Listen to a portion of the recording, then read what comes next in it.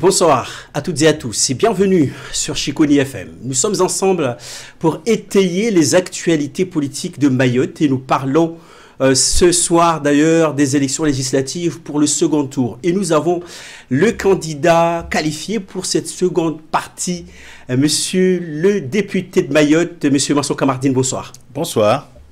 Merci aussi à l'ensemble des auditeurs et auditrices de Chiconi FM. Les téléspectateurs sont aussi invités à suivre attentivement ce débat de ce soir pour mieux structurer aussi votre écoute et aussi prendre la bonne décision pour dimanche prochain, a prévu d'ailleurs le 7 juillet 2024, le second tour des élections législatives. Et nous allons faire un petit feedback d'ailleurs avec le député. Et quelles leçons pourrait-on tirer des élections passées, c'est-à-dire le dimanche dernier, monsieur le député? Oui, permettez peut-être avant de répondre à votre question, remercier l'ensemble des électrices et électeurs de la deuxième circonscription qui ont porté leur suffrage à notre profit, Fazianti, Djoumatsimpou et moi-même. Remercier aussi les équipes qui se sont mobilisées pendant la campagne, bien sûr, mais aussi le jour des élections pour suivre dans les bureaux de vote le déroulement de ces élections et qui nous ont permis d'être qualifiés. Quand on regarde ce second tour, il sera marqué essentiellement par le fait qu'on avait, compte tenu du fait qu'il y avait une espèce de proximité très tenue entre les élections européennes et les élections législatives, les élections européennes qui ont vu une mobilisation des électeurs de cette circonscription au profit notamment du candidat du RN. Cette mobilisation s'était poursuivie. Pendant ce temps, les électeurs qui pouvaient nous faire confiance et les témoins, et c'est ce qui expliquait qu'effectivement tous nos électeurs n'ont pas pu aller s'exprimer. Ça, c'est une réalité. Le second tour est là. Le second tour est une nouvelle campagne, c'est une nouvelle élection. Donc tout repart à zéro et c'est ce qui explique aujourd'hui que le compteur est mis à zéro. Il faut repartir à la conquête des électrices et électeurs pour gagner leur confiance et pouvoir se faire qualifier au soir du 7 juillet prochain. Alors pour cette nouvelle élection, cette nouvelle étape, est-ce qu'il s'agit d'une nouvelle élection ? On n'est plus dans la même configuration que la précédente? Vous avez vu qu'on avait déjà 8 candidats. Là, il n'y a que 2 qui sont qualifiés. Donc, c'est un face-à-face qui va se dérouler donc, pendant une semaine, depuis dimanche soir jusqu'à dimanche prochain. Donc, on n'est plus dans la même configuration. Et d'ailleurs, on voit bien que les candidats du premier tour ont pris position les uns et les autres, de sorte que vraiment, on a un face-à-face qui se joue. Alors, comment vous êtes organisé, vous, dans votre famille politique? Êtes-vous bien entouré par des têtes aussi de Mayotte? Alors, c'est vraiment sympa de me poser cette question parce que ça me permet effectivement de signaler toutes celles et ceux qui... Enfin, tout le monde, mais il y a aussi, comme vous dites, les principaux responsables de ce territoire. Je pense au président du conseil départemental, mon ami Benissa, je pense au président de l'association des maires, je pense au sénateur Tani Mohamed Swali qui participait avec moi cet après-midi, en début d'après-midi ou en fin de matinée, à une conférence de presse. Dans la direction de campagne, je saluerai la présence de Amdi Louaïdou Soumela, le maire de Mamoudzou, ainsi que le maire de Sada, Ousamoudine Abdallah, Mombamoué, comme on s'appelle, et puis d'autres maires, que le maire de Tsingoni, le maire de Mtsangamouji, ainsi de suite. J'en oublie sans doute. Et puis je peux saluer aussi la prise de position très responsable et très républicain d'un certain nombre de candidats. Je pense notamment à monsieur Banamani, je pense au maire de Chiconi également, je pense à Sarah Moussoun. Toutes ces personnalités-là ont dit très clairement le rejet des extrêmes, parce qu'il est un point sur lequel nous sommes bien d'accord, c'est qu'effectivement nous ne pouvons pas construire ce territoire avec les extrêmes. Pour une grande cause nationale, on ne la construit jamais avec les extrêmes, parce qu'il faut plutôt rassembler les Français, surtout à un moment où nous connaissons, où nous sommes au devant d'une crise politique importante qui va venir, puisque la société française, au plan en tout cas démocratique et politique, est plus que jamais fracturé. Alors, les extrêmes étant si contestés, mais aux yeux, au niveau national, ces extrêmes arrivent en tête. Est-ce que c'est une bonne stratégie pour vous de vous affilier, de vous allier avec les non-extrémistes? Vous savez, j'ai eu l'occasion d'accepter les étiquettes extrêmes. Je les ai refusées en responsabilité. Il est dans la vie d'un peuple, dans la vie d'un homme, d'une personne, je crois que nous avons besoin souvent de convictions pour construire durablement. Et j'aurais pu, si ce qui m'animait c'était simplement mon intérêt personnel, pour pouvoir dire je m'appelle monsieur le député, j'aurais pu accepter la facilité. J'ai choisi, j'ai refusé la facilité parce qu'elle ne correspondait pas à mon ADN politique, elle ne correspondait pas à mon sentiment, et c'est la raison pour laquelle, une fois encore, je me réjouis de constater que je n'étais pas le seul dans cette analyse-là, dans ce refus de m'aliéner dans les extrêmes. J'ai naturellement des amis, hein, à titre personnel. J'ai des amis aussi bien à droite comme à gauche, qui sont des amis personnels, mais qui n'influent pas sur la sphère politique, qui est la sphère de nous tous. Et parce que je respecte les électeurs, j'ai fait le choix de ne pas confondre mes relations personnelles, mes amitiés personnelles et la vie publique, qui est la vie publique de nous tous. Merci de nous être fidèles. Alors, une question plutôt autour de bilan passé. Vous êtes challenger suite aux élections de dimanche dernier. Vous arrivez en deuxième position. Vous n'êtes pas si loin, hein, donc vous totalisez 6 226 voix contre 7 933 voix, à quelques voix de différence. Est-il encore possible d'aller de l'avant et de gagner dimanche prochain? Moi, je crois qu'on peut faire. Toutes les équipes sont mobilisées. Pour une raison relativement simple, nous pensons que nos adversaires ou nos concurrents, du reste, ont mobilisé depuis les élections européennes. Ils ont poursuivi leur mobilisation à la dernière élection. Donc nous considérons qu'ils ont fait leur mobilisation. Que les électeurs, il manque 50% des électeurs qui ne se sont pas rendus dans les urnes. Ces électeurs-là sont d'abord, et dans leur immense majorité, des électeurs qui peuvent nous être favorables. Et puis il y a tous ceux qui sont venus d'un peu partout, qui refusent les extrêmes. C'est pour cela que je voudrais leur tendre la main, les appeler à la mobilisation.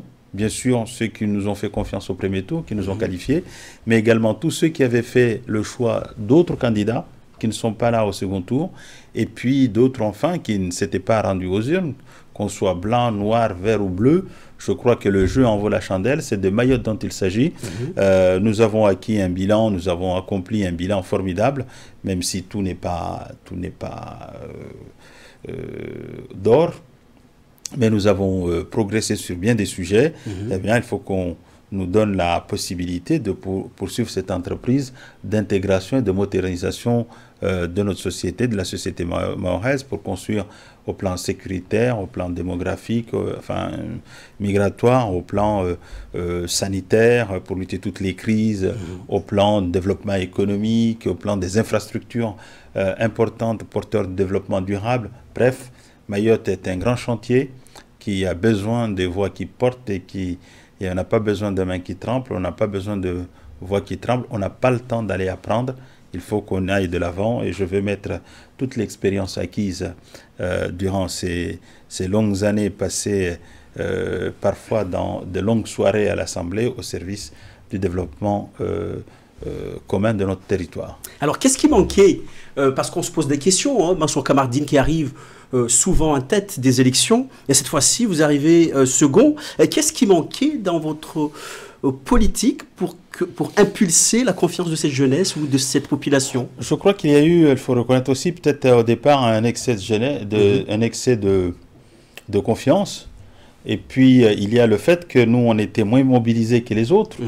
Mais vous l'avez dit, il y a des communes où naturellement on est porté à être en tête, où on était dévancé.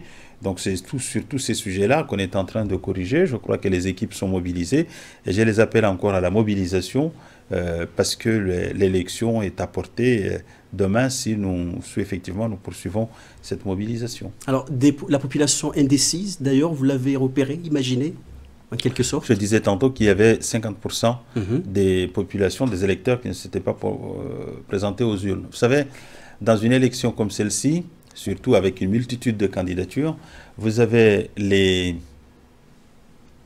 comment dire, au premier tour, on choisit, on dit qu'on aime, on va porter les couleurs, et au second, on élimine. Je crois que les gens ont choisi, maintenant il faut éliminer, et dans cette élimination, je crois qu'on n'a pas le droit à l'erreur. Il faut qu'on se dise que, après tout, c'est pas tant le sort de Mansour qui est en jeu, mais c'est plutôt l'intérêt de Mayotte qu'il faut construire.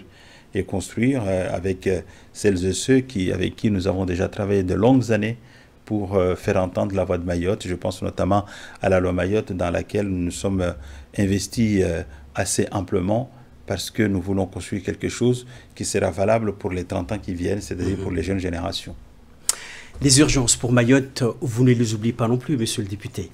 Ben, Mayotte est une collectivité d'urgence et parmi les sujets que j'ai eus avec d'autres, quand je dis je, entendez aussi les autres, qui étaient autour de cette table de ce 16 mai dernier à la table du président de la République, j'ai souhaité effectivement qu'il y ait une convention d'urgence de rattrapage parce que Mayotte a une trentaine d'années de retard par rapport à ses infrastructures. On est la collectivité la moins équipée en termes d'infrastructures lourdes. On a vu la crise de l'eau, qui est aussi une crise d'investissement conséquent sur l'adduction d'eau.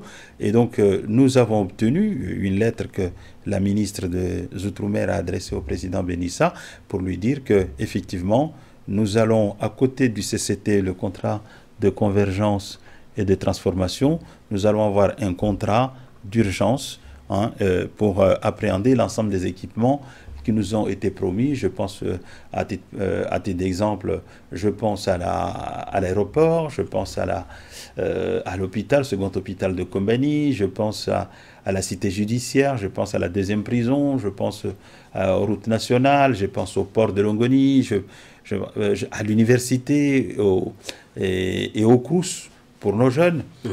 Sur tous ces sujets-là, eh bien, il faut effectivement qu'on puisse les défendre bécon. Je pense à l'urgence sociale, notamment à la nécessité d'une convergence sociale, de façon à ce que d'ici 2026, nous construisions ici la même égalité de chances sociales que les autres territoires. Il n'y a pas de raison que quand on est à Mayotte, on touche moitié moins d'allocations par rapport à ceux qui sont à La Réunion. Je pense au développement économique et nous avons besoin d'entreprises pour nos jeunes qui viennent et qui veulent s'engager.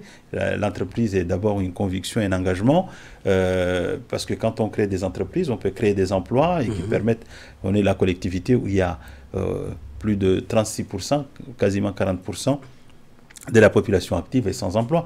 Nous ne pouvons pas nous satisfaire de ces situations-là.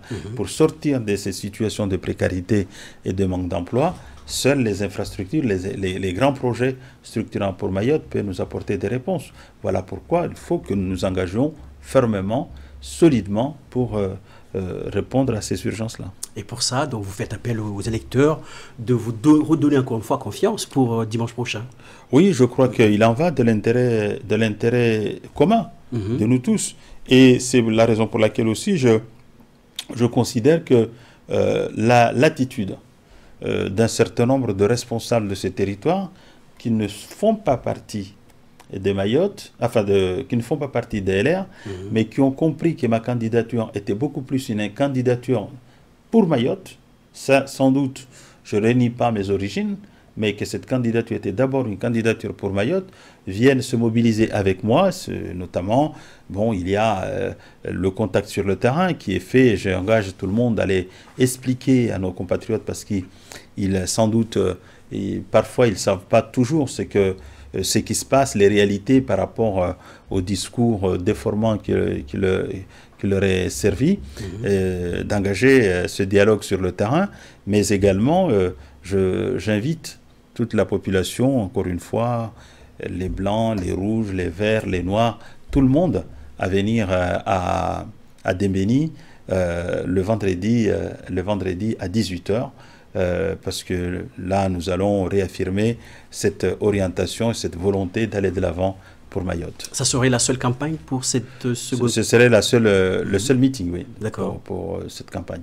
Okay. Le reste se fait au contact. Bon, il y a les émissions radio, et merci encore à tous les journalistes qui se sont mobilisés pour, j'allais dire, faire porter jusqu'aux familles, dans les maisons, les idées que nous défendons, nos projets et la vision que nous avons pour ce beau petit territoire. Alors, les auditeurs et les téléspectateurs ont besoin, encore une fois, que vous leur redonnez confiance en vous. Quel message souhaiteriez-vous leur adresser ce soir?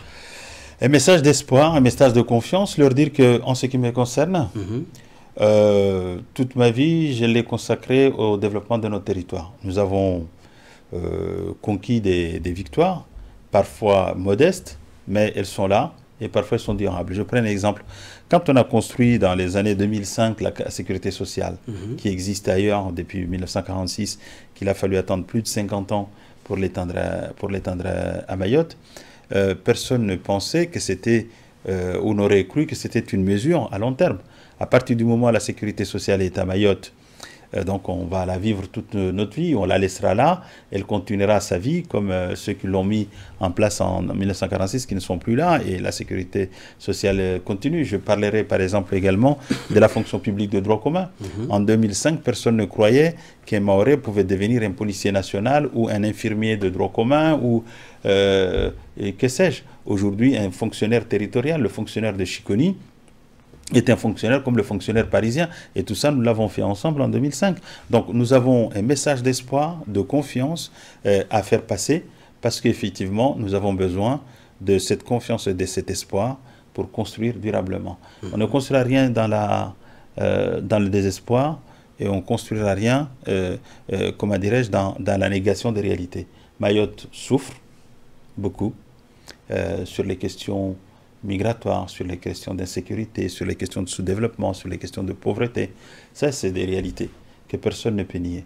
Mais les solutions qui sont suggérées peuvent différer d'un bord à l'autre, et quand tout est à cause, les solutions suggérées par les extrêmes ne correspondent pas aux réalités et ne sont pas les solutions pour l'avenir. La teneur de votre discours pour ce soir, monsieur le député, nous démontre qu'il y a urgence pour Mayotte. Vous confirmez tout ça? Ah, il y a urgence. Ceux qui vous diraient que tout va bien, je crois qu'ils seraient complètement à l'ouest. Il y a une urgence, et cette urgence, il faut la construire. Et c'est le sens de la loi Mayotte que nous portons dans nos bras depuis toutes ces années, et pour lesquelles nous sommes à deux doigts de conclure. Encore une fois, on aurait fait le choix de céder à la facilité. Ça fait longtemps que la loi aurait été adoptée. Mais parce que nous sommes fermes, nous sommes intransigeants sur l'essentiel, sur la question de la suppression du droit du sol, sur la question de la suppression du titre de séjour territorialisé, sur l'impossibilité de régulariser tous ceux qui viennent ici clandestinement, sur la nécessité de mettre en place, un aéroport, un port de la marine, avec des bâtiments de la Marine nationale pour patrouiller, pour mettre en place ces rideaux de fer sous la mer pour lutter contre l'immigration, sur la nécessité de déplacer par exemple la PAF au nord de façon à ce qu'on contacte des flux migratoires qui viennent, sur la nécessité de réformer le code, le droit des mineurs et permettre à des mineurs de 16 ans qui empêchent les gens de vivre correctement, de pouvoir être interpellés et déférés à la justice, sur la nécessité, par exemple, de conclure une convention, un traité avec les Comores, et de pouvoir faire en sorte que tous ceux qui seraient interpellés, qui auraient commis des faits ici, condamnés, jugés et condamnés définitivement, qu'ils puissent aller purger leur peine dans leur pays d'origine, notamment à Koki, ainsi de suite. Tout ça, c'est pour apporter une réponse à cette détresse et à cette urgence dont on parlait tantôt. Merci. Alors, c'est quelques questions d'auditeurs qui arrivent en même temps. On évoquait d'ailleurs le fait social. Les téléspectateurs se posent plein de questions. Alors, quelles sont les mesures que vous proposez pour soutenir les familles monoparentales? Alors, d'abord, il faut savoir que c'est en 1993, ma première campagne électorale, que j'ai proposé que soit étendu à Mayotte tout le dispositif dit allocation pour les femmes seules, les allocations familiales et l'allocation de l'argent des Bakoko. À l'époque, tout le monde mérionnait en disant « mais ce garçon, il ment, c'est pas possible ». Aujourd'hui, c'est une réalité. Ensuite, n'oublions pas que c'est sous également la première mandature que j'ai eue que nous avons mis tout ça en place, mais surtout que nous avons, à titre d'exemple, récemment, amélioré la situation des Bakoko. Aujourd'hui, les sociétés monoparentales connaissent également des situations de difficultés, d'où ce combat que je mène, naturellement, avec d'autres. Dans le cadre de la loi Mayotte, je disais tout à l'heure que j'ai indiqué clairement au gouvernement que pour ma part, et à titre personnel, je considérerais qu'il n'y a pas de loi Mayotte s'il n'y a pas, comment dirais-je, s'il n'y a pas de traitement. Non, qu'il n'y a pas la convergence sociale. Il nous faut la convergence sociale. Pour moi, c'est un élément incontournable. Et quand on parle de convergence sociale, il faut savoir, c'est l'égalité salariale. Il n'y a pas de raison qu'un Mahorais qui travaille à côté d'Mzungu ou d'une autre nationalité, dans une même entreprise à Mayotte, perçoit un SMIC 30% en dessous du SMIC national. Il n'est pas acceptable qu'il cotise 30% en dessous pour pouvoir ensuite prétendre à une retraite entre 30% en dessous.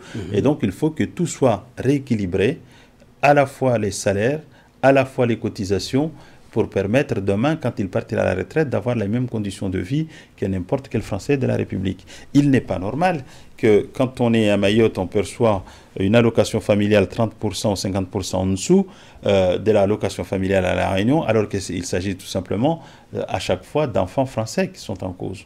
L'enfant français à La Réunion, mahorais ou autre, mais à La Réunion, a les mêmes droits, doit pouvoir prétendre aux mêmes droits que l'enfant français à Mayotte. Quand je dis l'enfant français, tous les enfants qui sont ici et qui ont droit à l'accès aux allocations familiales.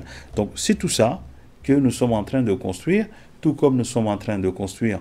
Moi, je me réjouis de constater que nos enfants, nos filles, nos femmes, nos sœurs s'émancipent.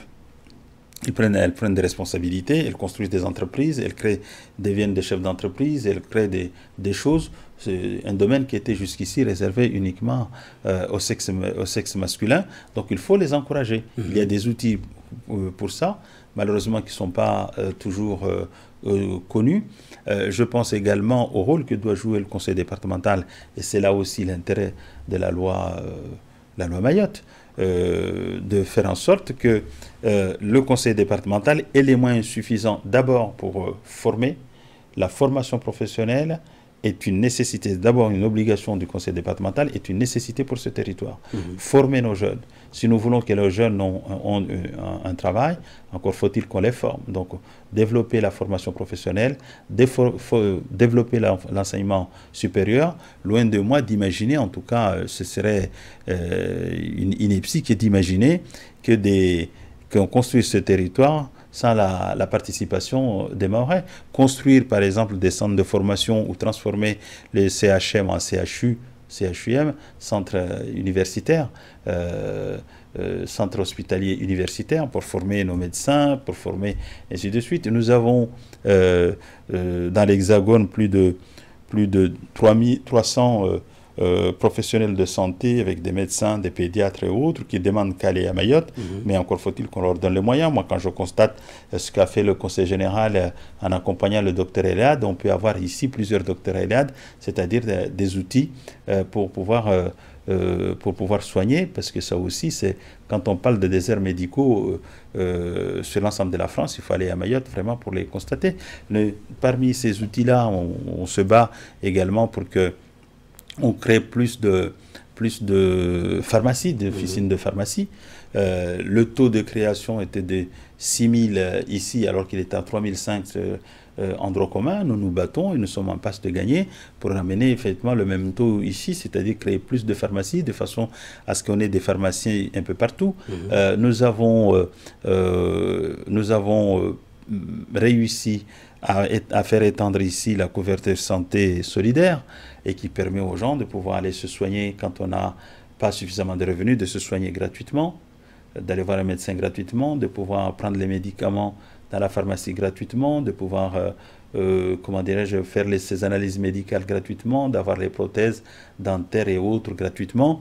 Tout ça, ça fait partie du travail que nous faisons pour améliorer la situation des gens. Et encore une fois, toujours en dernier plan, l'idée qu'il faut tout faire pour qu'un Mahorais n'ait pas à quitter son territoire pour pouvoir vivre mieux, ainsi de suite. Mais on vient tellement de très loin, tellement très loin. Nous avons 30 ans de retard, que naturellement, il serait tous ceux qui vous diront qu'ils feront ça en un claquement de doigts, ils vous mentiront. Une autre interrogation de nos téléspectateurs qui demanderait d'ailleurs comment comptez-vous améliorer l'accès aux services publics de la zone rurale? Parce qu'on n'en parle pas beaucoup de la ruralité. Alors, on n'en parle pas, mais la ruralité, c'est le vivier. Il faut qu'on ait accès à la, comment dirais-je, aux exploitations. Nous avons déjà beaucoup avancé sur ce terrain-là depuis très longtemps. C'est un domaine où je me suis drôlement engagé. Quand j'ai été élu pour la première fois, il n'y avait pas d'aide aux jeunes agriculteurs. Où les aides étaient là aussi de moitié, voire de tiers. Je me suis battu avec Hervé Guémard, à l'époque ministre de l'Agriculture, qui est venu jusqu'à revenir chez le président Bamana, et il a aligné les aides aux jeunes agriculteurs. Il y a aussi les fonds européens destinés au développement de l'agriculture, et qui sont là. Bon, il y a une difficulté d'accès, j'en conviens, mais il faudra que l'on prenne les initiatives pour rendre l'accès à ces fonds plus facile, notamment à former ou à mettre en place des structures, notamment au sein de la Chambre d'agriculture. La Chambre d'agriculture est une création, je dirais, est une création d'origine de Mansour Kamardine. Quand j'ai été élu, j'ai trouvé il y avait ce qu'on appelle la Chambre professionnelle. Il y avait les 3 chambres, et c'est moi qui me suis battu quasiment seul contre tous pour créer la Chambre d'agriculture, la Chambre de l'artisanat et la chambre de commerce, parce que je considérais qu'on ne mélange pas l'artisanat et l'agriculture ou le commerce ensemble, car chaque secteur d'activité économique là est un secteur propre.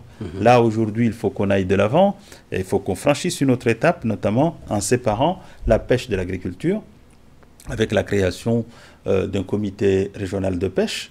Ça me paraît extrêmement important, et puis effectivement développer les routes, les accès, mais ça, ce n'est pas le rôle du député, ça, c'est le rôle du conseil départemental qui doit concevoir des projets, ensuite solliciter les financements, y compris à travers le fonds européen, pour améliorer les routes, et venir en aide aux agriculteurs pour qu'ils exploitent. Mon rêve, serait d'arriver à l'autosuffisance alimentaire. On est loin, bien évidemment, mais ce n'est pas parce qu'on est loin qu'il ne faut pas s'engager dans cette voie-là, et en tout cas, je le souhaite. Merci. Une dernière question pour vous pour ce soir. Comment répondez-vous aux critiques des opposants? Aujourd'hui, on critique Mansour Kamardine qui a fait ses années de mandature. Il doit quitter. Oui, c'est une critique vaine.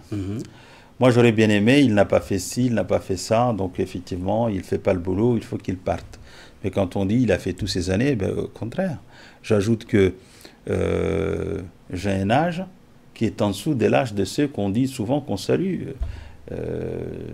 Du président Bamana, du sénateur Marcel Henry, du député Jean-Baptiste, d'Adrien Giraud.